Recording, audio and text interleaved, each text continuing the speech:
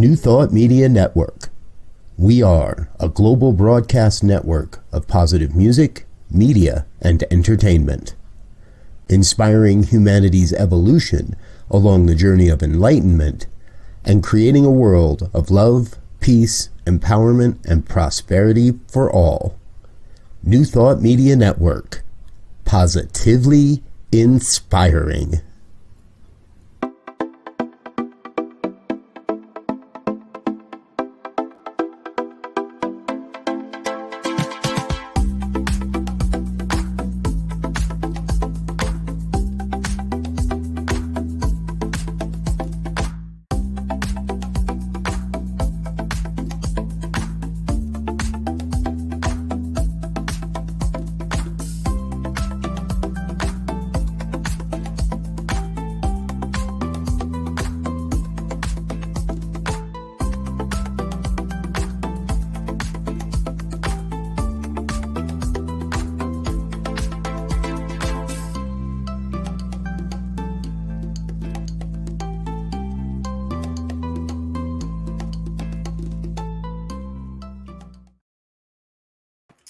Hello and welcome back to Global Focus Today. I am Reverend Dr. Sharri Johnson, your host, and our guest today is Reverend Karen Cleveland.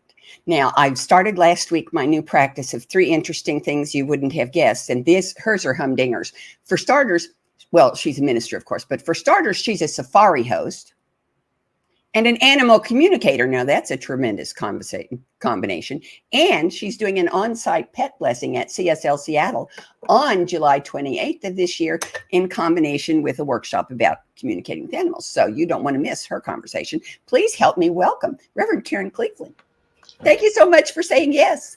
Oh, you betcha. It's so great to be here. Thank you, Reverend Dr. Sharri. So I'm just going to start with the basics because there are liable to be people in our audience who aren't familiar with your work. How do you help others find God in the animals?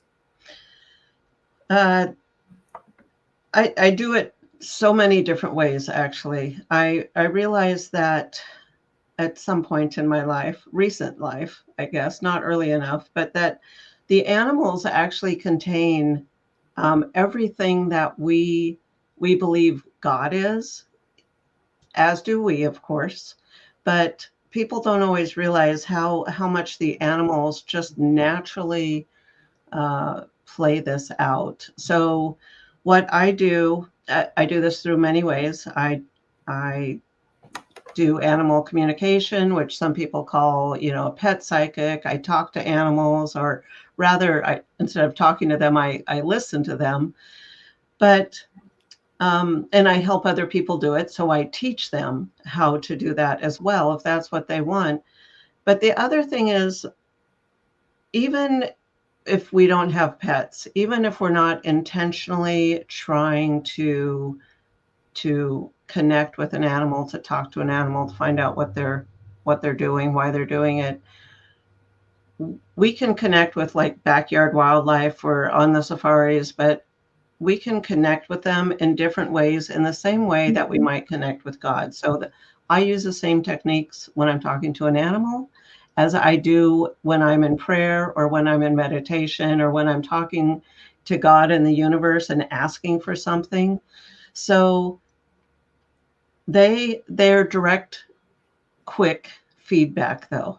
So while you might, be praying for a new house, the animals can kind of let you know right away if what your expectation is, if what what the message you think you're communicating is really the message you're communicating, because it's not always so. And I might need some examples. I feel like I'm just talking though, and I'll give you a quick example of like a person who has a dog that is digging in the flowers outside. So you don't want the dog to dig in the flowers, for example. So you go out and you say to your dog, "Hey, buddy, stop digging at the roses." And Buddy hears you. And the way that we communicate Same with much with the universe when we talk about visualization, but it's through the pictures and the feelings that we have.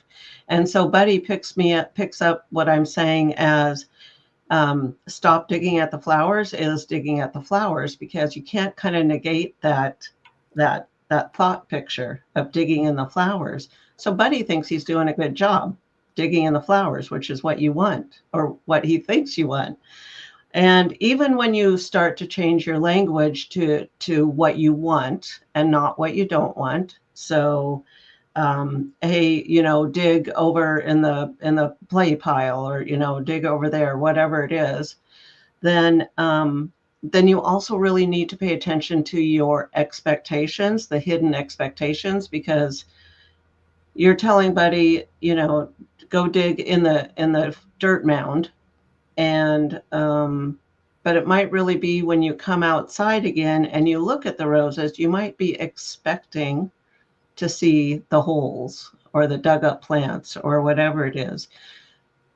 And that's direct, quick feedback that we don't always pay attention to from God. So even though it is pretty direct from God in the universe, if we don't have that new house, if we don't have that $1 million, what the animals are doing can actually teach us pretty quickly about that. I heard you say two really important things. And one of them is that the main difference between us and animals is that we stick our egos in between us and God, and they don't. Yeah, that's true. Very true. And the other thing is that animals aren't the only ones who think in pictures. People don't think in words. We think in pictures. And we just presume that other people see the same pictures, and other animals, because we're animals too, see the same pictures that we see, because that's the picture we intend for them to see. But you can't control what somebody else sees. Right. No, you can't. We can talk about a mountain all day long, and my mountain is going to look very different than your mountain until we describe it, or until we actually get an image of it, something like that. So you need to come to Kansas City and do a workshop so I can take it, because I can't get to Seattle. It's too far to come. And this next question I'm going to ask you is just personal, what I call prurient curiosity. It doesn't really have anything to do with anything. It just makes, I'm nosy. Have you always been able to talk to animals? Good question. Let me change that. Have you always been able to communicate to animals? Because I talk to my dog and cat all the time. I'm not sure how much communication is going on. Well, there is a lot of communication going on. I can assure you that. But, or, even if it's a one-sided conversation. So I'm going to say no. Maybe I have, but I didn't recognize it. And I was never the person, I hear stories of people bringing home injured birds and caring for them. And I loved animals, but I never felt like I had a magic touch with them. I never tried to heal sick animals or hurt animals. And I didn't even realize until I was much older. Now I'm not sure, maybe 15 years ago, with my teenage kids, I would tell them all the time what the dog wanted. Our dog's name was Buddy. And I would say, hey, Buddy wants wants to go out. Buddy wants you to get some water for him. Buddy wants you to do this and that. And my daughter stopped me one time. She just stopped me and looked me in the face. She said, how do you know what Buddy wants? And I thought, oh, you don't know what Buddy wants, which was two things. It's so clear why they're not taking care of the animals the way that they need, meeting their needs. But also it's like, not everyone knows what they want, so I began to explore it. So it wasn't until about 15 or so years ago that I took some classes and began to work on intentionally communicating with animals, because maybe I was before then. Looking back, I found cards and things from my dad that would say, I was always an animal person, that kind of thing.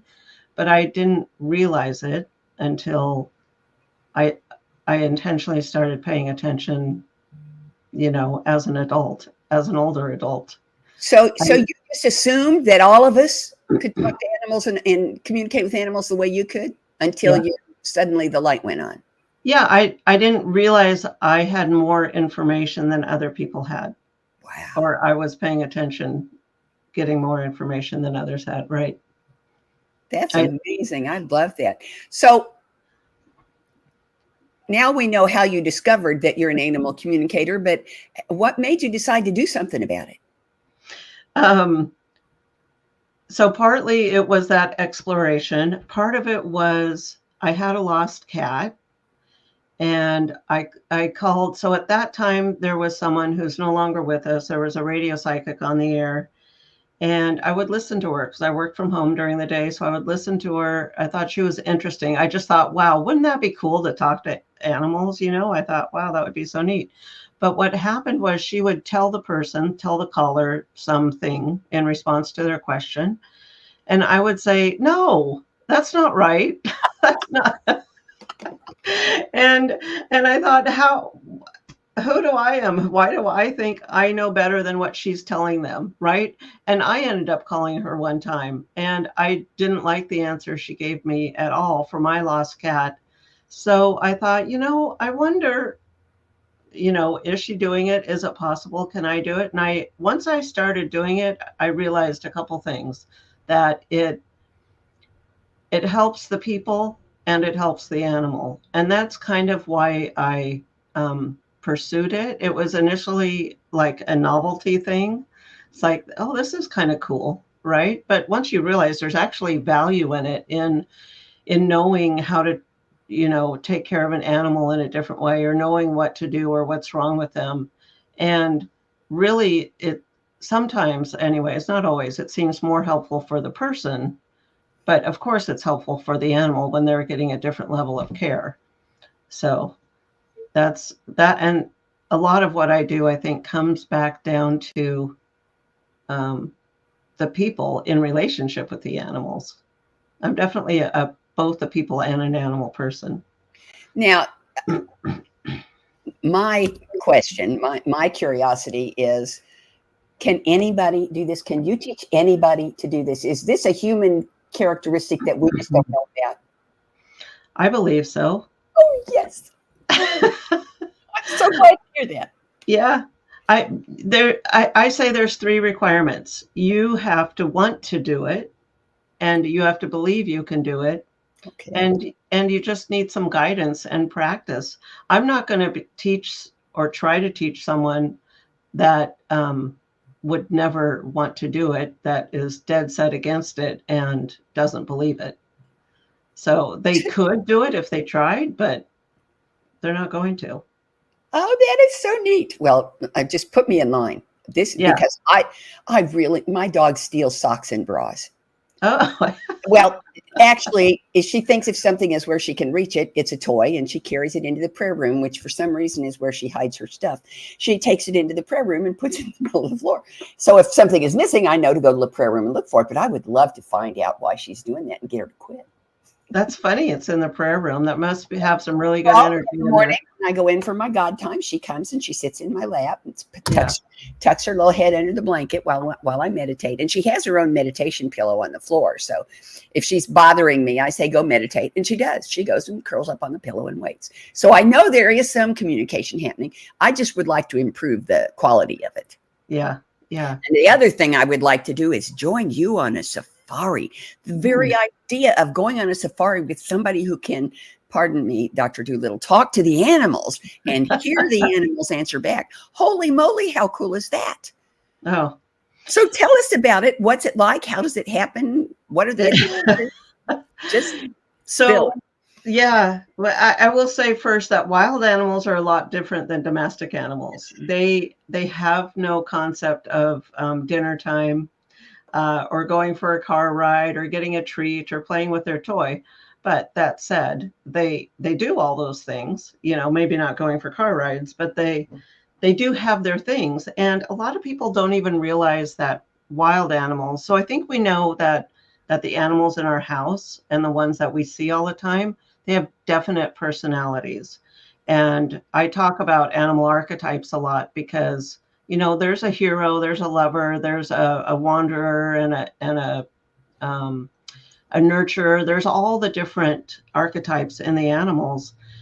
And the wild animals also have all these different archetypes and personalities, but because we spend very little time watching them, people don't recognize it.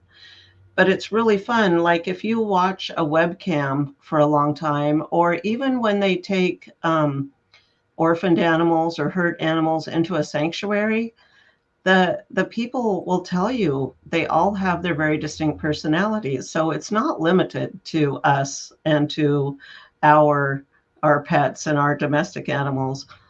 All animals everywhere have their own good, their own needs, their own personalities and desires and that kind of thing. So out on safari, though, I don't necessarily do like an animal communication session. It depends on the people I'm with, but I always have. So let me start by saying I do several kinds of safaris, some that I go on. So groups that I lead, I take people, but I can also help a person and their family just do a private safari. You know, it's like we just want to go on safari. They don't need me to go. They don't need a leader or a host or anything. They just want to go on safari. So the groups that I take, I'm very intentional that we have different types of mindfulness exercises.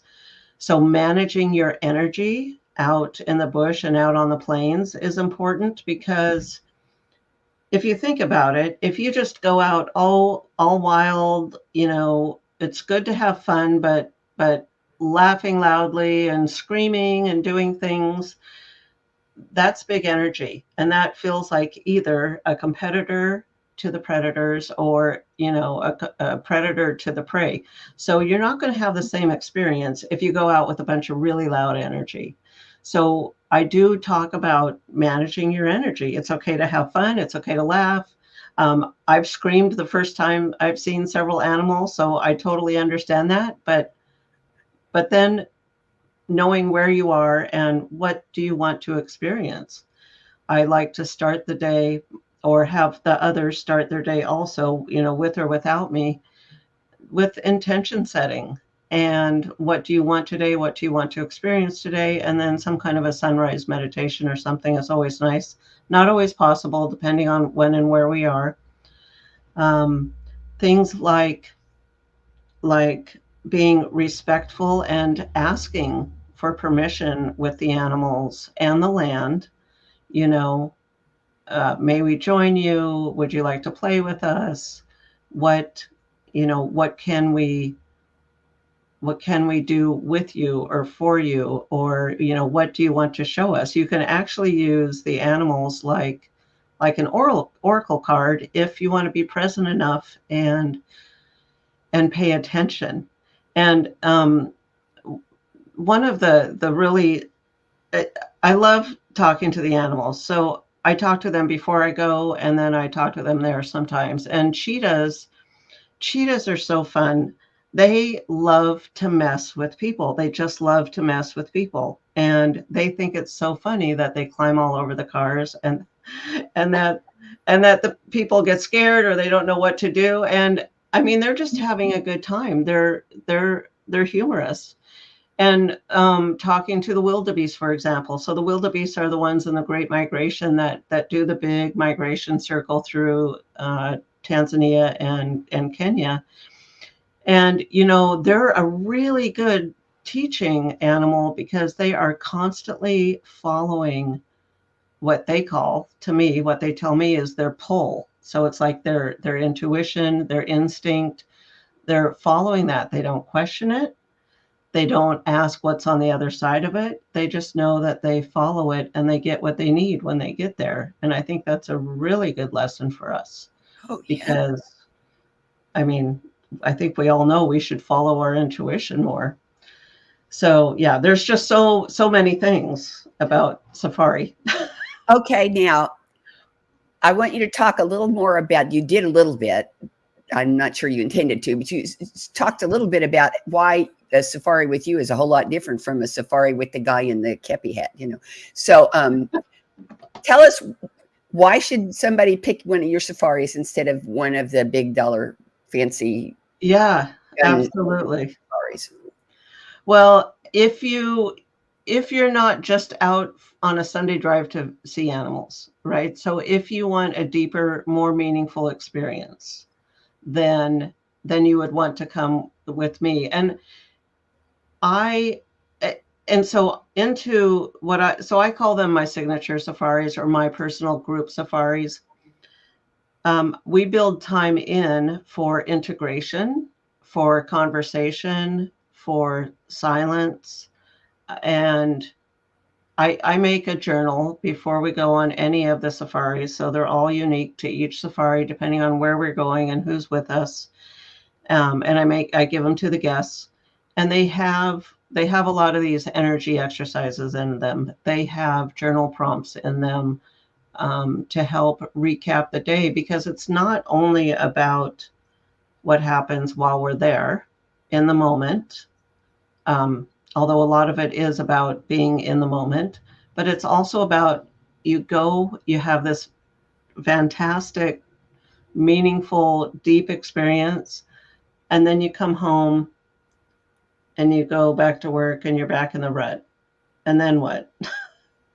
So I like to start the transformation if possible before we even go, and then have the experience on the trip.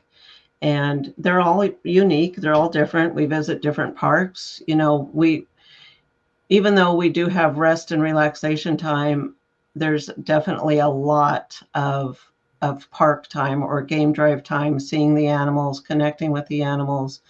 And then, like I said, after we come back, and this is kind of something new I'm integrating into the experience, but having some additional experiences when we come back. And one of the things that is brand new is what I'm calling the Community Engagement and Empowerment Project. And this it's so new that I don't have my talking points refined yet, but here's the gist of it. And this was born of an experience of a need of guests wanting a deeper cultural engagement than just a half-hour visit, a 1 hour visit to a village. And also recognizing that most Kenyans have never been on a safari and have not even seen their own, beauty in their land. So my company, Nunu's Kenyan Safaris, we will start sponsoring. Actually, it's not the safari company, but my ministry will start sponsoring to take some young adults that do not have resources, that have not been on safari, but have an interest in animals or conservation or the hospitality industry. Bring them with us on safari. So reserve a seat or two for 1 or 2 people. Have them travel with us. Have the guests get to know them. Let them ask questions both ways. What's America like, and what's it like? How do you brush your teeth? There's things that is so different that they do that we just make assumptions and we never ask. But if you have 12 days with someone, you can learn a lot more about their experience in life without trying to fix it. We're not fixing anything. We're just learning. So bringing them on safari with us, and also doing a visit to their home, to their village, so that, and it might be for a couple of hours. It just kind of depends on where they are and the situation. And just empowering those young adults to create something better with their life by the hospitality contacts they might make while they're with us, or by, contacting other safari companies, and providing something more meaningful and transforming for the American or Canadian or European guest that comes with us. So I'm really excited about that. That will be implemented next year with my 2025 signature safaris. So that's way different than getting in a Jeep, going for a drive, and just coming back, seeing the animals and coming back. Oh, I love that you are actually connecting your safaris to the land, to the people there. That's marvelous. I love Yeah. that. Now, I'm a very logical person. I actually wrote a programming logic text many years ago, and so I need to understand how you went from talking to the dog who's digging in the roses to talking to the lions and wildebeests and cheetahs. How did that happen? I mean, did you grow up as a little girl thinking, "Oh, someday I'm going to get a safari company," or how did that happen? No. I dreamed of going on safari, like everyone that comes with me. It's one of those childhood dreams. I think we always dream of going on safari, or many of us do. We don't really know why. We just feel like we need to go. So it was not that long ago. I had many plans to go many times, but never was able to either get the time off or get the funds together, or even really knew how to plan it. I didn't even know how to proceed. But someone asked me at church, of all places, 7 years ago. She's like, "I'm going on safari. I want you to come with me." And I was like, "Okay." So three of us went.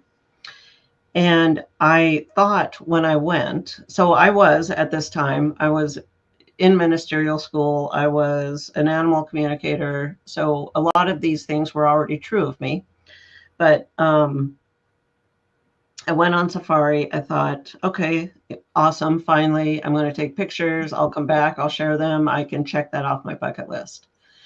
And I will preface this with saying, my entire life, I have loved planning travel. I was a travel agent at one point.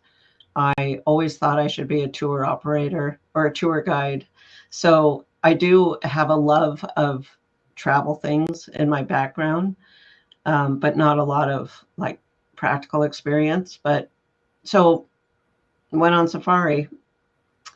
And at the end of the safari, so this is the most unexpected thing. I was divorced at the time. I was in ministerial school. I intentionally said, I am not even going to look for a man until I'm done with school, until life gets settled again, that kind of thing. Well, 2 days before the end of safari, I met a man.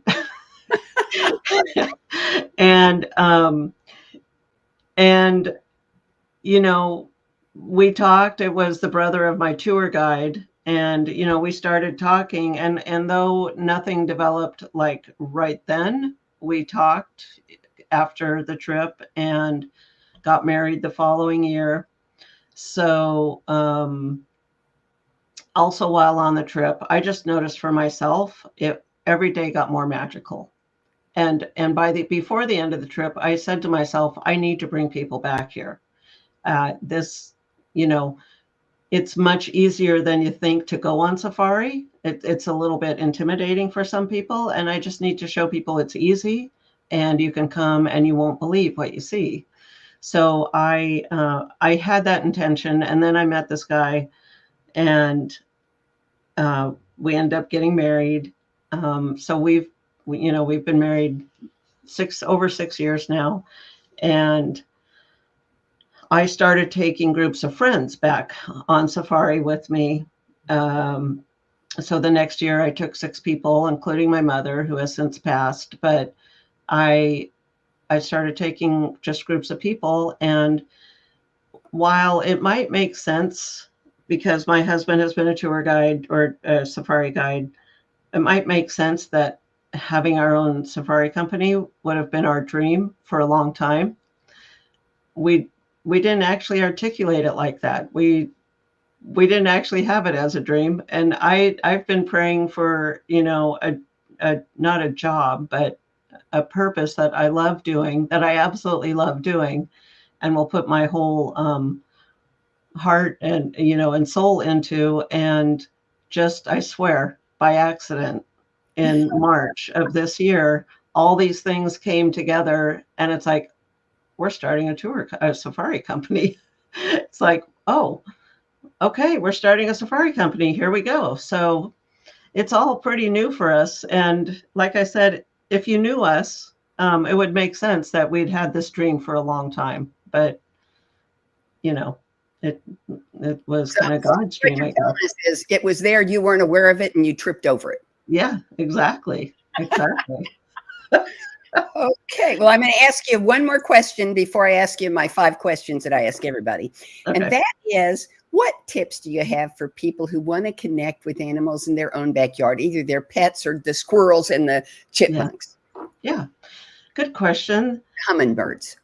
Hummingbirds. Yeah. So some of the stuff that I already mentioned about being on safari. So watch your energy.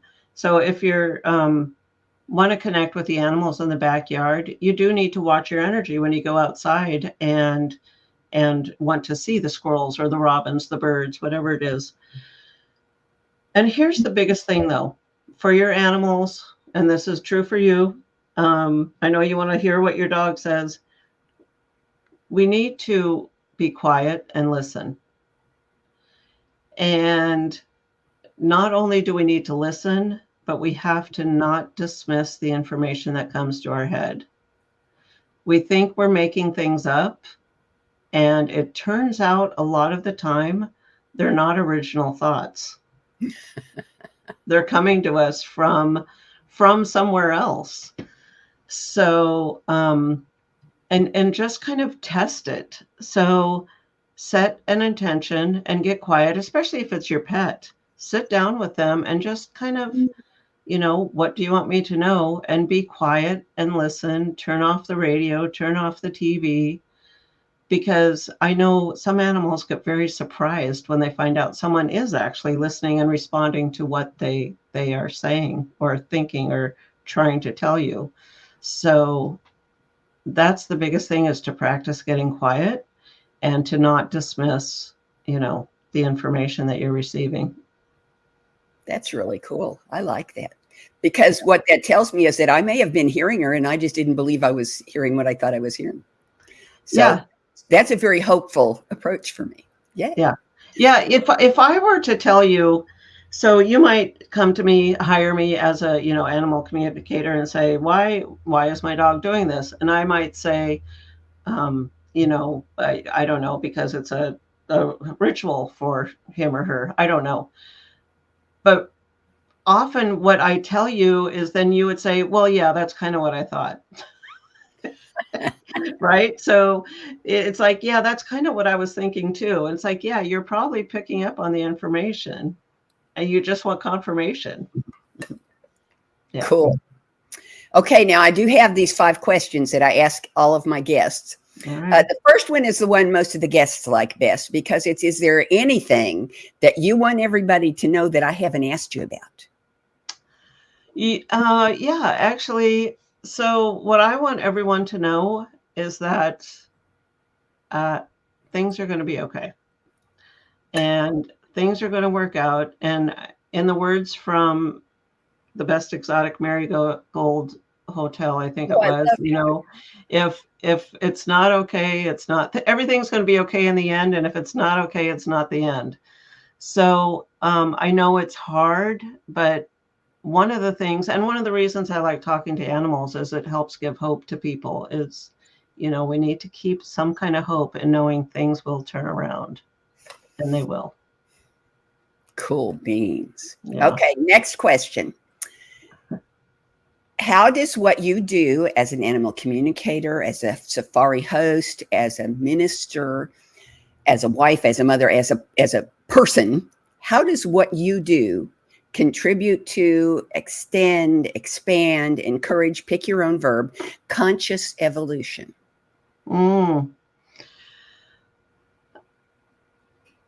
I think because conscious evolution, well, I think the more that anyone practices consciously or intentionally being present, doing something, leads, it kind of like sets a level. So we're at a level, and if more people are meditating and praying and being very intentional, mindful, I think the overall consciousness evolution. So I think the overall consciousness rises to a different level. And I definitely think there's a ripple effect, because I know the most obvious way to see it is, in your personal energy. If you're mad and you go into a group of happy people, you probably turn happy. But if you're happy and you go into a group of really angry people, you probably, get brought down. So our energy is very, if we're not paying attention, our energy is very impacted on the energy of everything around us. So the more we can maintain and keep our energy at a good level, a level that is comfortable for us and for growth, then the better for everyone. Yay. Okay, now the third question, sounds like the second one, but it's not the same one. Okay. How does what you do as an animal communicator, as a safari host, as a minister, as a person, how does what you do contribute to, support, expand, pick your own verb, world peace?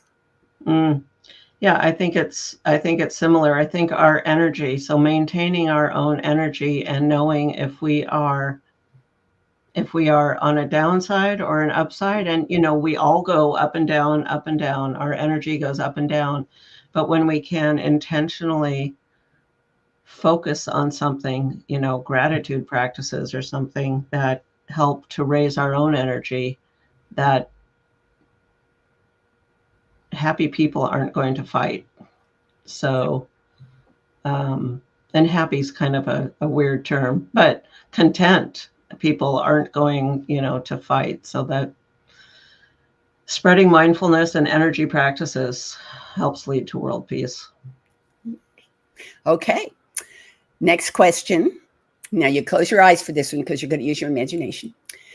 Presuming that everything goes exactly the way you want it to go, every event, every encounter, every relationship, every teeny tiny thing goes exactly the way you want it to go.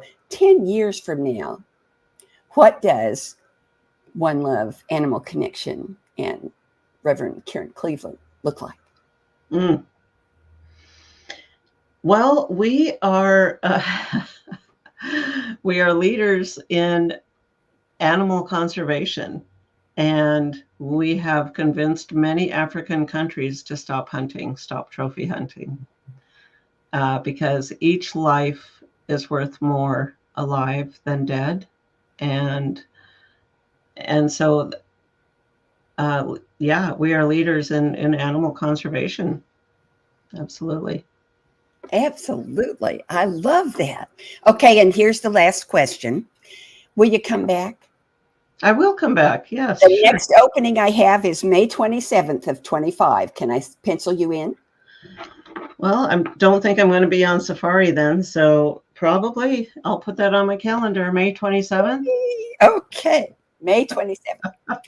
And next week's guest is a relatively new focus minister. I think she's only been out of ministerial school and actively in ministry for about a year. Reverend Lauren Martin from Denver, Colorado. So she's going to have a whole nother perspective from anything you've heard so far. You don't want to miss it. So be here or be square. I love that. I love you all. Have a great week. Bye-bye. Amazing, amazing, you will do amazing things. Amazing,